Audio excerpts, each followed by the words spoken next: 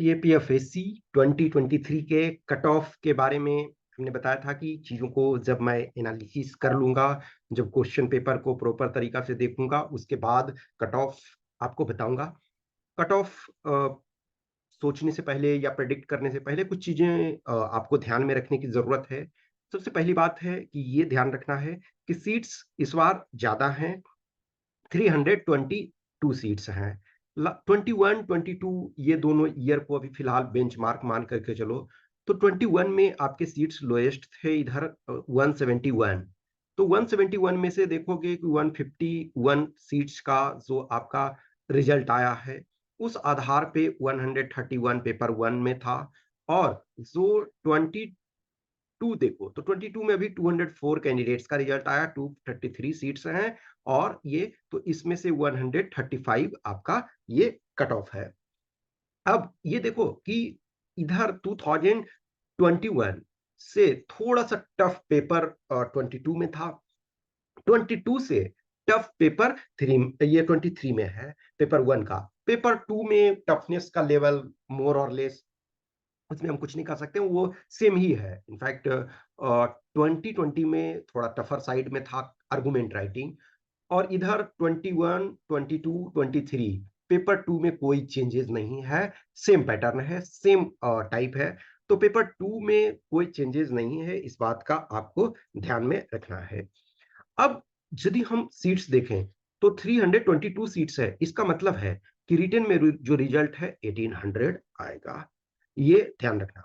अब एग्जाम जो आपका है 22 के रिजल्ट के पहले हो गया। इसका मतलब है कि जो भी कुछ कैंडिडेट्स जो इलिजिबल थे 23 में तो वो अपियर हुए, लेकिन उसमें से कुछ ऐसे कैंडिडेट्स जो जिन लोगों ने इंटरव्यू भी दिया तो कंफ्यूजन में काफी थे। ऑब्वियसली बहुत लोगों का सिलेक्शन हो गया तो उनके लिए तो कोई प्रॉब्लम नहीं है, लेकिन उसमें से कुछ कंफ्यूजन में थे तो ये भी मायने रखता है। लेकिन ये ध्यान रखो कि आपके 1800 के आसपास रिटन में रिजल्ट आने वाला है। तो अब उसके पहले हम देखें कि कितने क्वेश्चंस इजी, मॉडरेट और डिफिकल्ट थे। There is no hard and fast rule here. कोई भी ऐसा यूपीएससी नहीं बोलती है कि ये क्वेश्चन टफ है, ये इजी है। और कोई भी मेरे लिए कोई क्वेश्चन बहुत टफ लग सकता है, किसी के लिए बहुत आसान लग सकता है। किसी के लिए कोई क्वेश्चन बहुत टफ लग सकता है, दूसरे के लिए आसान लग सकता है। किसी के लिए मॉडरेट लग सकता है। At the end of the day ये एक परसेप्शन है, हमारी क्या प्रिपरेशन है, हमने उस पार्टिकुलर चीजों को ध्यान दिया या नहीं। लेकिन मैंने जो ऑब्जर्व किया, सो एज ए मेंटोर के तौर पे मैं चीजों को देखता हूं, तो मुझे जो लगता है कि इजी क्वेश्चन जो थे वो करीब 61 क्वेश्चन। अब ऑलरेडी मैं बता रहा हूँ ये हार्ड एंड फास्ट नहीं है। वो अब मैं कैलकुलेट करने लगा तो मे भी उस पार्टिकुलर मोमेंट पे चीजें चेंज हो सकती है। लेकिन मुझे ऐसा लग रहा है इस बार कि ये करीब 61 के आसपास जो इजी क्वेश्चन है। मॉडरेट क्वेश्चन जो है वो 34 है। और जो डिफिकल्ट है तो वो डिफिकल्ट क्वेश्चन करीब 30 है। तो ये यदि आप देखो तो 125 क्वेश्चंस है। तो इसको हमने थ्री कैटेगरी में बांटा है। 61 इजी, 34 आपके मॉडरेट और 30 डिफिकल्ट। एक चीज ध्यान रखो कि जो ये आपका इजी क्वेश्चन होता है, नॉर्मली स्टूडेंट्स का 85% के आसपास इसमें कट ऑफ ये एक्यूरेसी होता है। कुछ कैंडिडेट्स हैं जिनके 90 भी उसमें होंगे। अब ऑब्वियसली है कुछ ऐसे कैंडिडेट, ये मैं अच्छे कैंडिडेट की बात कर रहा हूँ जो अबाउट टू क्वालिफाई होने वाले हैं, तो उनमें से तो 85% के आसपास ये। तो ये देखा जाए तो 122 मार्क्स वेटेज का होता है। 122 मार्क्स के वेटेज का है। तो हम ये मान करके चलते हैं कि इसमें करीब करीब 90 मार्क्स कैंडिडेट का आ जाएगा इस सेक्शन में जो 122 मार्क्स का है। तो ये मैं सारे अभी फिलहाल जनरल के पॉइंट ऑफ व्यू से, जनरल कैंडिडेट ओपन कैटेगरी वाले कैंडिडेट के पॉइंट ऑफ व्यू से बोल रहा हूँ। तो इसमें सपोज 90 इनके मार्क्स आ जाएंगे, सो कैंडिडेट सीरियस प्रिपेयर्ड हैं वो। अब मॉडरेट जो है वो 34 क्वेश्चन, इसका मतलब है 68 मार्क्स। तो ये मान के चलो कि जनरली इसमें से 20 से 25 मार्क्स, करीब करीब 25 मार्क्स इसमें आएगा। इसमें देखा जाए तो 75% करीब करीब मार्क्स आपका आ रहा है काट छाट करके, जो वेल प्रिपेयर्ड कैंडिडेट हैं। और इसमें लेस देन 50% मार्क्स आ रहा है। अब जो डिफिकल्ट वाले क्वेश्चन है, डिफिकल्ट वाले क्वेश्चन में ये मान करके चलो कि करीब 10 मार्क्स आएगा। ये मैं जनरल कैंडिडेट की बात ये कर रहा हूँ। तो नॉर्मली ये अब ऑब्वियसली है इसमें, ये अब उसमें से मैं बताता हूँ कि क्या होगा। कुछ कैंडिडेट्स की एक्यूरेसी ज्यादा है तो इसमें ये 100 ला सकते हैं। कुछ कैंडिडेट की यहाँ एक्यूरेसी ज्यादा है, ये 35 40 तक ला सकते हैं सपोज करो। फिर इसमें से ये सपोज 20 ले आ सकते हैं। तो यदि इस अनुसार देखो तो इसमें से 160। कुछ कैंडिडेट हैं इसमें से पता चला कुछ और लाए, इसमें से ये 68 है तो मॉडरेट वाले में ज्यादा ले आएंगे, डिफिकल्ट वाला में ये। तो ये एक आधार है कि इसमें से, तो अब इन मार्क्स को करो तो 125 के करीब हो रहा है।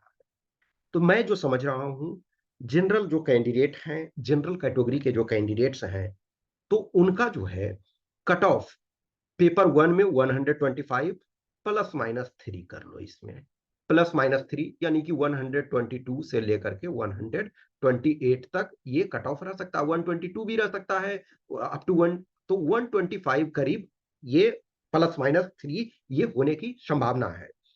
अब देखोगे पेपर वन का मान के चलो हम 125 ही लेते हैं, बेंचमार्क चूंकि हमने 125 लिया। अब इसमें से करीब करीब आप 85 मार्क्स इसमें से ऐड कर दो, 85 टू 90, 85 मार्क्स हम इसमें से ऐड कर देते हैं।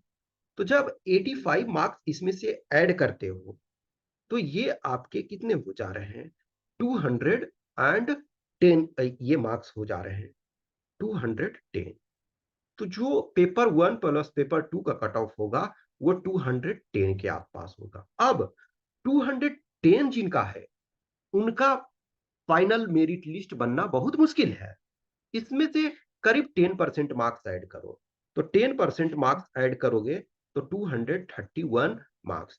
जिनका भी रिटेन में 200, ये कट ऑफ 210 के करीब रहेगा, लेकिन जिनका 231 प्लस मार्क्स है उनके क्वालिफाई करने की संभावना ये ज्यादा है। और इसमें से सपोज करो कि 20% यदि ये कर दो तो 252 मार्क्स होता है। तो इनके ऑलमोस्ट जो है 252 जिनका रहेगा वो डेफिनेटली मान के चलो कि अनलेस अदरवाइज जब वो ऐसे ग्रुप में ना आ जाए कि पता चला कि उनके इंटरव्यू में मार्क्स 45 मिल रहे हैं और 60 मिल रहे हैं, वो छोड़ दिया जाए। बेंचमार्क जो है 90 का हम रखते हैं, 85 का रखते हैं। ये इस पॉइंट ऑफ व्यू से चीजों को ये करते हैं, ठीक है।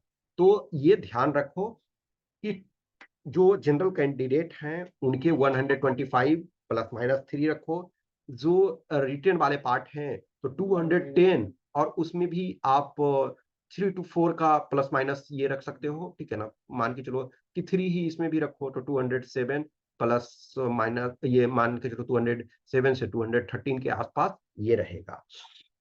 अब देखो जो रिटेन वाले पार्ट हैं, तो रिटेन वाले पार्ट में जनरल, ओबीसी और ईडब्ल्यूएस इसमें से सेंसेस नहीं हुए हैं।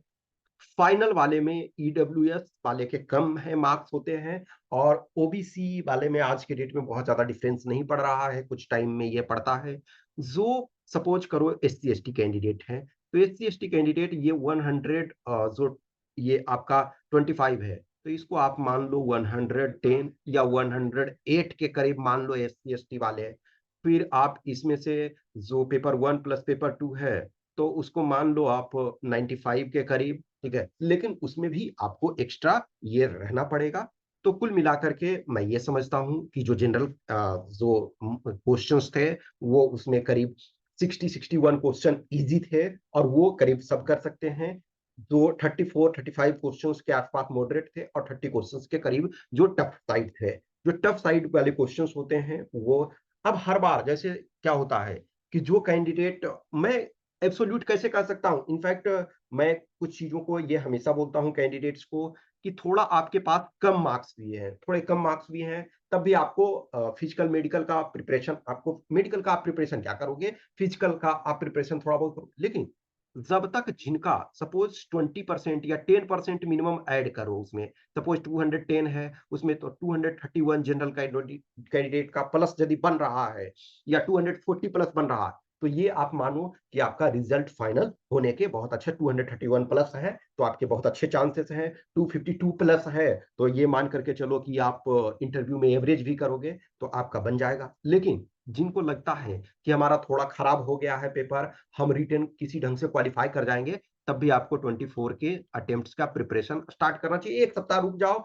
थोड़ा-सा घूम फिर लो, थोड़ा रिलेटिव के यहाँ या कहीं और कहीं घूमने का प्रोग्राम है, ये सारी चीज़ों को कर लो और वो अपना आधार पे अपने ये पेपर करो। सीट्स ज़्यादा हैं, नो डाउट, तो रिज़ल्ट ज़्यादा मिलेंगे। 400 के आस-पास, 400 टू 500 यानी कि 1800 टू 1900 सपोज़ 1900 या 1800 से 1900 के बीच में रिटेन का रिज़ल्ट मिलेगा। तो 21 में देखो 1100 रिज़ल्ट मिला था। 22 में 1400 समथिंग मिला था। तो इस बार 1800 टू 1900 मिलेगा। तो ज़्यादा तो है ना। कुछ कैंडिडेट इसमें से ऑलरेडी बाहर हो गए क्योंकि उनका रिजल्ट ये हो गया। कुछ का भी रिजर्व लिस्ट में 21 वाले में आएगा, फिर अभी 22 वाले, फिर 22 का रिजर्व लिस्ट आएगा। तो बहुत सारे कैंडिडेट्स इसमें बाहर हो जाएंगे। तो कुछ कैंडिडेट्स जिनको थोड़ा सा कम मार्क्स भी है तो उनको चांसेस, एक चीज ध्यान रखो कि जो कुछ मैं बता रहा हूँ ये एक मैं जनरलाइजेशन चीजों को ले रहा हूँ। आप हमसे बेटर अपने को जानते हो, आप अपने को अच्छी तरह से जानते हो, तो आप अपने आधार पे लो। लेकिन जब भी ये रिजल्ट जो होता है, जब तक आप फाइनल में अपना नाम नहीं देख लेते हो, तब तक आपको वर्क करते रहना है, आपको कंटिन्यूटी में वर्क करना है। ओके। सो चीजों पर ध्यान रखो कि जब आपको लगता है कि हाँ हमारा 240 प्लस है, तो आप ये रहो कि हमारा रिजल्ट बन जाएगा। मैं जिन भी कैंडिडेट्स को गाइड करता हूँ, जिन भी कैंडिडेट्स को पर्सनल रूप से जुड़ा हुआ हूँ, मैं कभी भी ये नहीं कहता हूँ कि यस आपने जो मार्क्स बताया और मैं जो मान करके चल रहा हूँ। देखो बहुत सारे कैंडिडेट्स पेपर वन में फॉर एग्जांपल वो सही से बताते हैं कि हाँ, अब जैसे फॉर एग्जांपल लो, ये 26 रैंक तान्या मिश्रा का है, तो वो उनसे हमारी बात हो रही थी, तो शुरू में उन्होंने बताया था कि सर पेपर वन में मेरे मार्क्स कम हैं। फिर जब बाद में फिर उन्होंने कैलकुलेट किया तो बोला नहीं सर, वो मेरे एक्चुअली ज्यादा मार्क्स आ रहे थे, मैंने थोड़े से कम कैलकुलेट ये कर पाए थे। पेपर टू का मैंने उनका राइटिंग देखा तो मैंने बोला था ठीक है, यदि पेपर वन में आप थोड़े अच्छे कर ले जाओगे तो आपका फाइनल बनेगा। लेकिन हम श्योर नहीं कर सकते क्योंकि उन्होंने कम बताया था पेपर वन में। लेकिन जिनका पेपर वन में अच्छा है तो आप वो बता सकते हो पेपर वन में। लेकिन पेपर टू मैं तभी कह सकता हूँ ना जब मैंने आपकी राइटिंग्स देखी। अब यदि मैंने आपकी राइटिंग्स नहीं देखी, जो लोग मेरे पास टेस्ट देते हैं, तो मैं उनके बारे में तो कर सकता हूँ चीज़ों को। तो कुछ भी क्वेश्चंस, क्यूरी, डाउट्स होता है तो आप मैसेज कर सकते हो हमें कमेंट बॉक्स में, या फिर व्हाट्सएप नंबर 8527146498 या टेलीग्राम नंबर 7404909669 पे। और हमेशा मैं कहता हूँ what ever I am saying it is my opinion, it is my calculation. ये अब एग्जैक्ट कैसे सही हो सकता है, क्योंकि हमारे पास जो डेटा है, हमारे पास जो मिल रहा है, जो ओपिनियन कैंडिडेट्स का, जो भी कैंडिडेट्स चीजों को बताते हैं, मैं उसके आधार पे। अब कुछ कैंडिडेट्स बोलते हैं सर मेरे 180 आ रहे हैं पेपर वन में और पेपर टू सर मैंने कंप्लीट कर लिया, तो मैं तो उस आधार पर ही उनको बताऊंगा ना कि यस आपके रिजल्ट के। अब पता चला कि आपके 180 पेपर वन में आ रहे हैं और पेपर टू में आपके 40 आ रहे हैं, तो आप ये, तो उसमें मैं क्या कर सकता हूँ, आप जो चीजों को बताओगे, जो जेन्युइनली बताओगे, वो सारी चीजें। और फिर ऑब्वियसली है आप अपने को बेटर तरीके से जानते हो, तो यदि आपको लगता है डाउटफुल है, आप वर्क करते रहो। आपको रिटन क्वालिफाई होता है, आपको पता है कि फाइनल हमारा नहीं बन पाएगा, तो लेकिन एटलीस्ट फिजिकल मेडिकल का मौका मिलेगा, इंटरव्यू देने का मौका मिलेगा, तो लर्निंग। लेकिन आप सिर्फ इसको मान करके नहीं बैठ जाओगे कि हम फाइनली सेलेक्ट हो गए। एवरी टाइम कैंडिडेट्स को डिसहार्टेंड होते हैं, बहुत सारे कैंडिडेट डिसहार्टेंड होते हैं, उसके बाद होते हैं कि क्या मैं एलिजिबल, मैं लायक नहीं हूँ। नहीं, सब लोग लायक हो। आप जो प्रिपरेशन कर रहे हो, जो रिटन क्वालिफाई करने की क्षमता रख रहे हो, आप में कैपेसिटी है, आप में कैपेबिलिटी है, आप कर सकते हो। Okay, thank you.